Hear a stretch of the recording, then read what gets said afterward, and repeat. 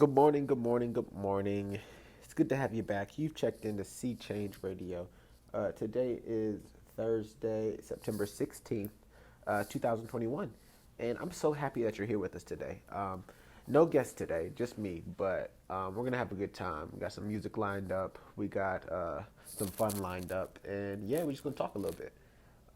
So in the past, we had our episode one. Um, it was on YouTube. So check us out on YouTube. And under Sea Change Radio, you can search that channel and it'll be there. Um, then second episode, we had a young upcoming artist come on and play some of his music. And today we're gonna talk about handling your losses. Right. Sometimes it's easy to think that you know, because you take all these losses, that winning is just not in the picture for you. But I think sometimes we have to reframe how we look for wins. So yeah, we're gonna talk about that a little bit. Make sure you follow us on social media, everybody. If you didn't have a chance yet, See Change 97, SEE Change 97 on Instagram. You can hit us up if you need anything on Instagram. DM us. We got an email, cchange97 at gmail.com if you want to reach out to me or anything like that. But yeah, so let's get to it. So these losses, wins and losses. Isn't that a song? I think that's a song by Meek Mill. It sounds familiar. I guess we'll play it later. But sometimes you take dubs and sometimes you take L's. And uh, it took a long time for me to learn how to take those L's. So if you know me, you know that I have this person in my life named the Trevor Buford, who has walked with me along the way as I've developed, grown, and became the man that I am. And I used to ask him all the time when I was in high school. I would say, "So Trev, like, yeah, I believe you. I know you're telling me the truth. I know you're leading me the right way, and I love your feedback. But when am I gonna win?" Like, I literally used to ask him, when am I going to win? All these sacrifices I have to make, all these things that I have to do. Um, it seems like I'm always outsourcing so much, but I never win. And Trev used to look at me and he'd just be like, like, it comes with time. You just have to be patient and look in the right places. And he didn't say that word for word, but that's what his answer stemmed to. And Um, it took until really I got to college to learn how to first recognize my wins, but then also after I recognized them, learning how to celebrate them too. Um, it's easy to dwell in negativity. It's easy to dwell in all the situations that you got going on in your life. It's easy to think about all the different things you have to do, um, but it's hard to think through a lens of hope sometimes. um, when everything is piled up against you and it looks like a mountain, it's hard to see past that mountain, right? So like, I just became like an adult for real, and like I'm in the process of learning like financial like things to do and things to not do, like learning how to save and all that kind of stuff. So I think that it's easy to not be focused on the good. But my mantra for this year is when you focus on the good gets better. Right? So back to Trevor, right? Back to Trevor. So Trev used to tell me, do you want this to be the reason that you don't do what you're supposed to do? Right? You know what the right decision is, you know what you're supposed to be doing. And do you want this little milestone, this little road bump to stop you and derail you from your tracks? And the answer is always no. So how did I do it? Right. So handling your losses, I take everything as a learning lesson. Right. Everything's a win in my book. Um, so even when you lose, there's things that you got from that loss that can help propel you to the next level. Right. So I tell this story all the time about how um, I went crazy in student teaching, right? So I'm a terrible student. I am an awful student. I did not enjoy school at all, but I love teaching. I love being around kids and helping kids get it. Um, so when it got time for me to student teach at a school, I was getting all A's in my major because I was doing everything I was supposed to do, right? Not at the end, maybe because I had a little college stuff that it just a little mix up. But anyway, um, I was really doing my thing, and I thought I was like, I'm leading the step team. I'm the one they call when kids have behavioral problems. I'm leading my class and other classes. I'm leading small groups. People want me to come meet different friends in different grade levels. So I was like, there's no way I don't get this job. I'm definitely getting this job. And when it was time for the interview, I was nervous a little bit. It was my first job interview ever for a salaried position, but I still did my thing, though. In the feedback from the interviews, I did my thing. So it was dope. But I didn't make it past the first round, and so if you know me, you know that when I do things, like I put my all into it, right? So I put my program planning, like the fall festival. I brought all the volunteers for the fall festival, besides the parents, right? The step team, right? I taught the step team their routine, the the leadership development. Like I did leadership development with some of the young boys of color in the building, and so I just didn't understand how I didn't get the job. But that loss was supposed to teach me that sometimes a no isn't a no, it's just a not yet. It's just a not yet. And I didn't know what that meant at the time. I didn't know what that was referring to. But as I started to apply for more jobs and really start to get like low key depressed about it, like, dang, like they didn't want me, other places not gonna want me.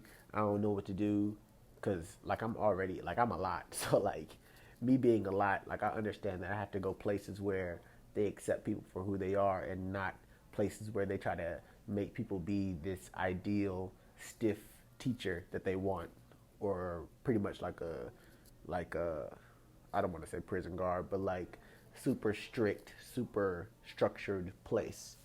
Um, and then I stumbled along the job that I have now, right? The job that I have now, well, not the job, the school I'm at now. And the school I'm at now is all about making our population look like the city of Charlotte. We're diverse by design. We're innovative thinkers. We're critical thinkers. And it's all the things that I like pride myself on. So it was good to find a place that aligned with my core values because I knew I could thrive there. So boom, all right, I get in, um, and I get hired, and it's late too. Like I got hired maybe in July. School started in August, and yeah, boom, I was ready to go. Hired, ready to go in class, and I did my thing. I loved it. I loved it so much that my second year, I took on a coordinator leadership position because I loved it so much. And then after the coordinator leadership position, now I'm in the space that I am, which is director of family relations, which is really what I really want to do. Like this is my bread and butter. Like this is the thing that I'm gonna do for a while until my next level. Um, but I had this conversation with my dad and my sister the other day when we drove past our my student teaching school in Winston Salem, and I told them in the car, I was like, "Dang, y'all, I was almost teaching there. Like, I was almost employed there, and if I was teaching there, like, I wouldn't be doing the things that I'm doing now." So, I bought a house, I bought a car, I bought a dog, a cat, um, and all of those like developmental steps that I took, I know I wouldn't have been able to take in Winston Salem. Like everybody knows. So if you don't know, I attended Winston Salem State University, and something about Winston Salem State University is like it's dope enough to where like even if you graduate, people still come around, right? And I know that I would have been around. Like I am positive because my friends were there. Like my homeboys were still there. My neos were there. My profile still was there. They were some of them worked there. So I knew that if I stayed in Winston, I would be comfortable. Not that I would do all the amazing things I wanted to do. Nah, I would just be mad comfortable. Like I knew the land. But it's just evident that I wasn't supposed to be there because like I don't think I would have bought a house because the idea of me buying a house came from one of my mentors at this current job that I have. I don't think I would have a car because that idea came from another mentor that I had. They just really, this job has really helped mold me to become my own man first and then become a leader after that. And not saying my parents didn't prepare me for it, because they definitely did. Trevor definitely prepared me to be an adult. My mom and my dad definitely prepared me to be an adult. But like, there's just some things that I had to learn on my own, but I couldn't learn from a place of comfort. Um, and so, because I couldn't learn from a place of comfort, God knew to push me out of my zone, right? So that loss that I took from not getting that job from student teaching propelled me to get on this journey of growth that I don't know if I would have gotten anywhere else. And so that's just a great place to be in. It's a great thing to think about, because like, what decisions are you making right now that are stunting your growth? There's a circumstance, a situation, a situationship. My man Trevor with the situationships told me all about those. There's a situationship, a situation, circumstance that is stunting your growth. And are you ready, able, and willing to address that? Right? Are you down to think about the things that are stopping you from being what you are being called to be, or stopping you from the growth that you need, or stopping you from being the husband that you want to be, or stopping you from being the brother, the friend, the boyfriend, the whatever scenario you're in that you want to be? Um, and for me, I'm in this constant place of self-reflection. Like, are there things that I'm doing that's stopping my growth? Um, and then I address that and move on from it. So yeah, that's a great way to think about. That's a great thing to think about, and I think this is also a great time to stop and listen to this nice little song I got for y'all. So yeah, let's check out this jam. All right, welcome back. Welcome back. That was 24 by Kanye West. I play that song on purpose because that is literally like my morning go to. Like, I have to play that song every morning to get my life together. But, like, it goes crazy, though, doesn't it? Like, it goes crazy. Like, he starts off with the vibe, like, exhausted, never the right time. Man, stop it. Stop it. Stop it. Dear Lord, make it all right. Only you can make it all right. I'm telling you, that's something that really keeps me going through the day. And a lot of people didn't like Donda, um, but like, Donda's a gospel album, 100%. Like, Kanye West's new piece, new project, that is a gospel album. He got your favorite rappers talking about God. Like, I don't know, they're not cussing. Like, it's a gospel album. It's complete worship. But back to what we were talking about before, like, the idea of stunning your growth and the idea of being in situations with the right mindset. Um, you just got to make sure that you're you're ready to receive the growth. I think that's the next big thing that we need to talk about, because like, oftentimes we're so stuck on, oh, I want to get out of this season I'm in, or oh, I'm so tired of dealing with the things I deal with. But like, you're not even ready to get what you about to get. Like, have you ever been thought you were ready for something, and then it come a little bit faster than you think? I think baseball is a great analogy for this, right? Because sometimes you think you're ready for a fastball, but when that fastball come, it blow right past you, and it's that gas. That's a prime example of you not being ready for what you think you're ready for. I thought I was ready to be a teacher in Winston-Salem, but little did I know the things that I learned my first year at my school, Charlotte Lab School, um, definitely propelled me to be the educator that I am, and we were more aligned to be similar anyway. Um, so that's just something to think about. Like, are you even ready to receive? I don't know who told me this when I was younger, but some somebody told me that God doesn't change situations for you; He changes your mindset within the situation.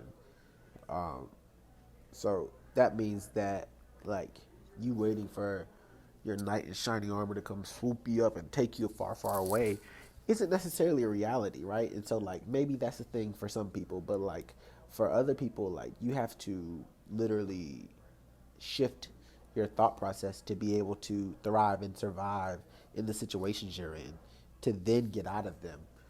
Um, so when I was looking for a house, I was really, really sad. Like that's probably one of the most like depressed moments of my life, right? Because I was having this identity battle of who do I want to be, what type of person do I want to be, and where do I want to live, and where do I want to potentially like grow myself living.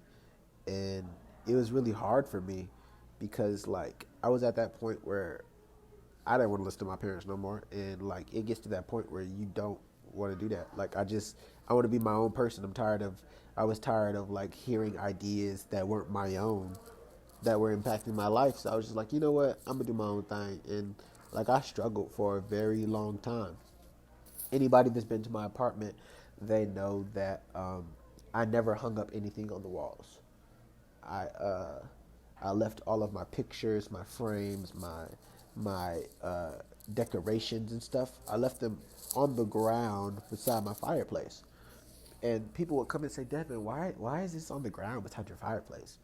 And I would tell them, this is temporary. I know I'm not gonna be here for long. Mind you, I signed a whole 12-month lease, and I wasn't breaking a lease. Well, I actually did end up breaking a lease, but um, I signed this lease, and so I was locked in, but like without even the vision of what my home looked like, I knew that I was not going to be in that apartment for long, um, and I think that's the first step, right? So, like believing when you don't even see. My mom tells me all the time, like, "You're my make it happen, baby," and that's exactly what like I do all the time. Like I don't worry. I don't worry about anything because there's no need to worry. Worrying only leads to you messing up in the things that you're handling right now.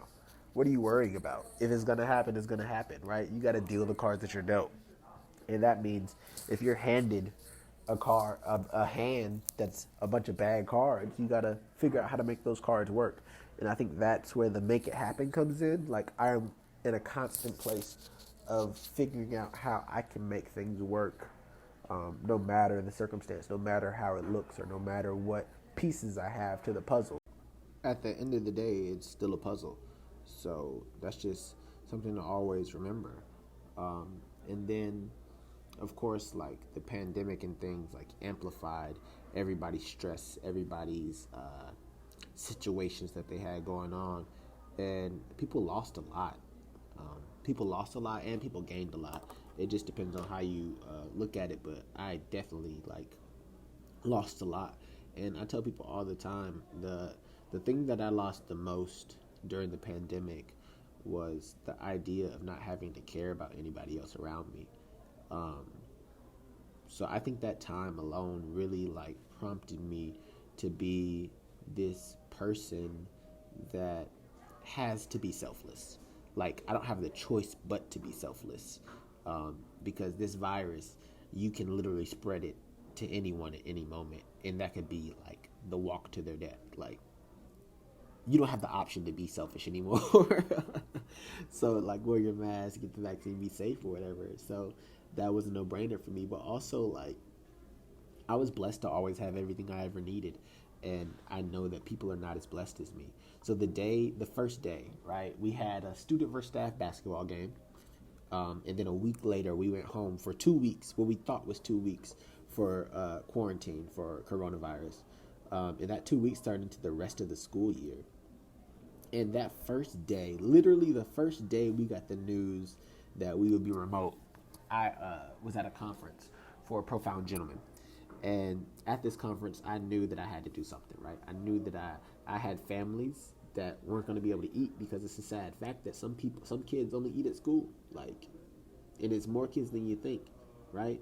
So that exact day, that exact moment, I had a hotel room. I spent my morning calling people in my hotel room, like, hey, like, hey, we're going remote for 2 weeks. I'm really trying to do this thing for my families, and I want to raise money so we can get groceries for them to send home with them. And literally, like, within 7 hours, I raised almost $2,000.